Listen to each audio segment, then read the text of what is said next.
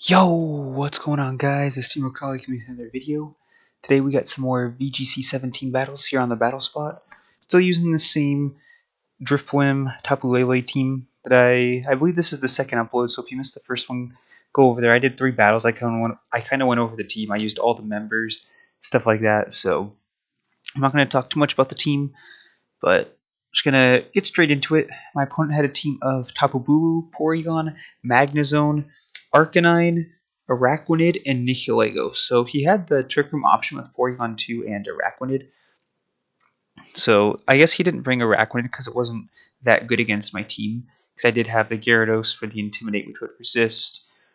And, I mean, he could hit me for neutral damage, but I still feel like it would have been a good answer to some of my Pokemon.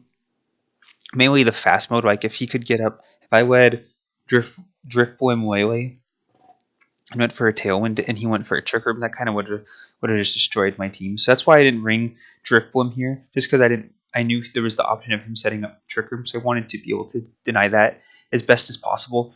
So Pheromosa is going to be really good here. I have Poison Jab for the Tapu Bulu. I have High Jump Kick for Porygon 2 and Magnezone. I bring Magnezone here to deal with his Nihilego and Araquanid, which he ended up not bringing. And Tapu Lele here just for damage, just because Driftblim, there's no point in really bringing Driftblim without Tapu Lele, unless if my opponent has one. And Gyarados was alright here. He just would have been mainly for the Arcanine and maybe the Magnezone. But we're going to go ahead and get started here. So I believe this is, I mean, I guess it's only the second upload, but I finally did not lead Driftblim Tapu Lele. So you're going to see it's not going to be every time, but it's going to be almost every time, though. So he's going to lead Tapu Bulu and Porygon 2, and I lead Pheromosa and Garchomp. So this is a good lead for me. Pheromosa threatens knockouts on both of his Pokemon. So the only problem here is Earthquake, now that he has the train up, is going to be doing 50% reduced damage. So I protect here. I don't want to get hit with a Fairy-type move. I actually don't even know if Tapu Bulu gets any Fairy-type moves besides Nature Madness. But I go straight for the High Jump Kick, and I picked up the knockout outright, which completely surprised me. I was expecting that to do like 75, 80%, but I just picked the knockout straight away. I was really surprised. So must not have been very heavily invested in defense, and he just goes straight for the substitute. It's like, oh man, I missed the chance to set up the Swords Dance, and it just would have been a clean sweep from there. So he's going to bring an Arcanine. Good choice. He's going to pick up he's going to be able to intimidate both my Pokemon. And Garchomp's in a better spot now because I do have Tectonic Rage, but I need to preserve my Pheromosa here. So I switch in to my Tapu Lele to get rid of the terrain as well, so that in case I do want to go for Earthquake, be able to get off some extra damage, so that his Grass type moves aren't as powerful. So we do see a helping hand from the Arcanine. So, and then I go for a Tectonic Rage here into the Arcanine. Earthquake won't be enough, and Arcanine can be a bit of a problem, especially to my Pheromosa. So Pheromosa can easily pick up a knockout on this Tapu Bulu. So just need to get rid of Arcanine, no more Intimidate for him. I get to see what his last Pokemon is as well to decide what Pokemon I can start sacrificing off, or Pokemon I don't need to protect as much. So a big knockout there onto the Arcanine. And we do see a Wood Hammer from the Tapu Bulu, and it is into the Garchomp. So you're going to see I'm going to hang on with a little bit of health, so if I did not change the terrain, Garchomp would have gone down. So good play on my part. I feel like that turn was really good for me. Garchomp did take a lot of damage. We do see his last Pokemon is Magnezone. So I'm like, okay, well, Garchomp is a great answer to Magnezone, but it's not the only answer that I'll have. So I'm going to protect here. I'd like to keep Garchomp around a little bit longer. And here I go for a Dazzling Gleam to break a potential Sturdy on the Magnezone, and also to break the substitute on the Tapu Bulu, because if I can get an Earthquake off, then I just bring in Pheromosa and I immediately win. So he is gonna Flash Cannon. I was hoping that would pick up the knockout because it'd just be a free switch for me. But we're gonna see leftovers here on the Magnezone. So not much left to say here. My opponent's in a bad spot. So I go for a Swords Dance here. I mean, it's greedy, I'm not going to lie, but I just didn't want to knock out my own. I didn't want to see any protects and knock out my own Tapu Lele. So, because I knew Dazzling Gleam would pick up the knockout here on Tapu Bulu. So, at this point, I would have been like, okay, yeah, I'll just go for Earthquake, Earthquake, Earthquake, Earthquake. But he ended up going for Flash Cannon and the Garchomp, so I'm like, okay, I wonder if he's going to be Choice Specs, since he is going for, well, I mean, I guess Steel type move. No, I don't know why I said that. He's obviously leftovers. But I remember that went through my head when he went for the Flash Cannon onto the Tapu Lele. But here I just bring in Pheromosa. And here, I mean, I'm a little scared of missing with a high jump kick, or with him protecting and me missing a high jump kick. So, but I mean, at this point, there's not much my opponent can do anyways. So he did go for the protect, and I went for the high jump kick. I felt like there wasn't much risk associated here. I mean, he has leftovers, but I do have 3 Pokemon, and he only has 1. So Tapu Lele can pick up some decent damage here, but the main thing, it would be him taking out my own Magnezone. So he doesn't get the double protect, and high jump kick connects, so that's going to be it. So good game. I probably could have done it better with Garchomp, just because I didn't want to Earthquake. I mean, I guess because the thing is, I didn't want to Earthquake, knock out my own Tapu Lele, and then his Tapu Bulu take out my Garchomp with Magnezone still on the field.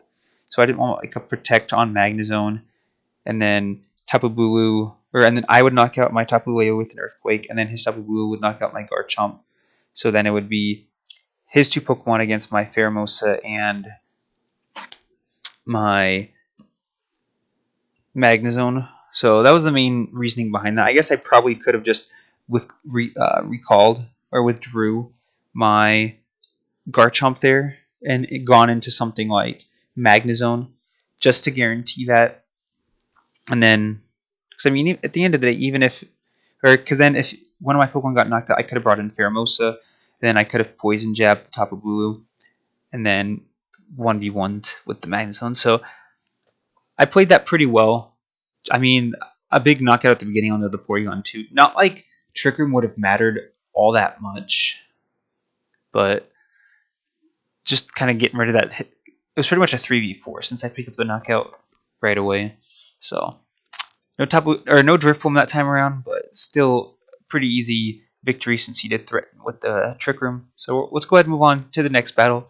My opponent had a team of Tapu Koko, Arcanine, Garchomp, Celesteela, Snorlax, and Gastrodon. So I guess he had that slow mode. I was thinking he'd bring the Gastrodon just because I don't have a way of dealing with it. But at the same time, Gastrodon wasn't really doing much against my team anyways, since he probably had it for stuff like Tapu Fini or Arcanine, water types in general. So because I don't have any grass type moves, so I was expecting him to bring it. And I was like, that could be a problem, but at the same time, it's not really doing anything to me anyways. So that was kind of my main concern here. But no reason not to go Lele Drifblim. It's going to be a free Tailwind.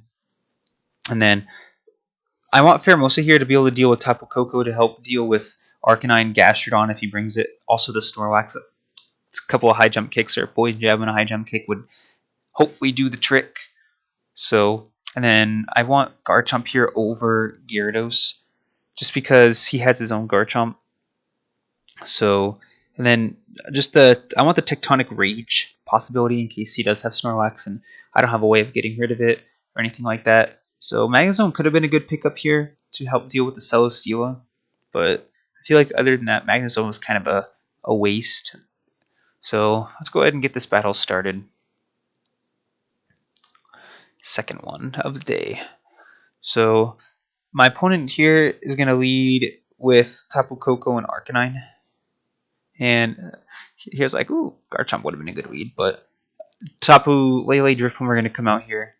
So, I mean, the thing is even Tapu Koko was specs. I don't think he'd be able to outspeed my Drifblim, which is huge. So, he's going to go first. His buddy's going to go first. And then I'm going to set up the terrain here. And Drifblim's going to eat its Psychic Seed. So, there's not much my opponent can do here. He's not really even exerting that much pressure onto my Tapu Lele. Just because he doesn't have, like, I mean, unless if he double targets it, he's not going to be able to take it out. So we are going to see a Z move here. That's going to be a Gigavolt Havoc. So it's not going to be terrain boosted, so if it's not in the Drift Bloom, it's probably not going to pick up the knockout onto the Tapu Lele, even though it is frail. And even if it's in Drift Bloom, it's probably going to survive because of the Psychic Seed. So sure enough, it does go into the Drift Bloom, which I found interesting since it's not really doing much anyways. Holy moly, that did a lot of damage. It was a critical hit, so I think the crit mattered there, just because my special defense is relatively high. And he's going to go for the Flare Blitz in the Tapu Lele now. Okay, that's perfectly fine with me. That's just going to be recoil damage onto his Arcanine. And I ended up going for Psychic into Tapu Koko just because it was the bigger threat. And boom, knockout. Easy peasy. So at this point, I'm going to bring in Garchomp since he does have Arcanine. It's not going to threaten much to me. And he brings in his own Garchomp. So I thought that was pretty risky since I did have the Tailwind up.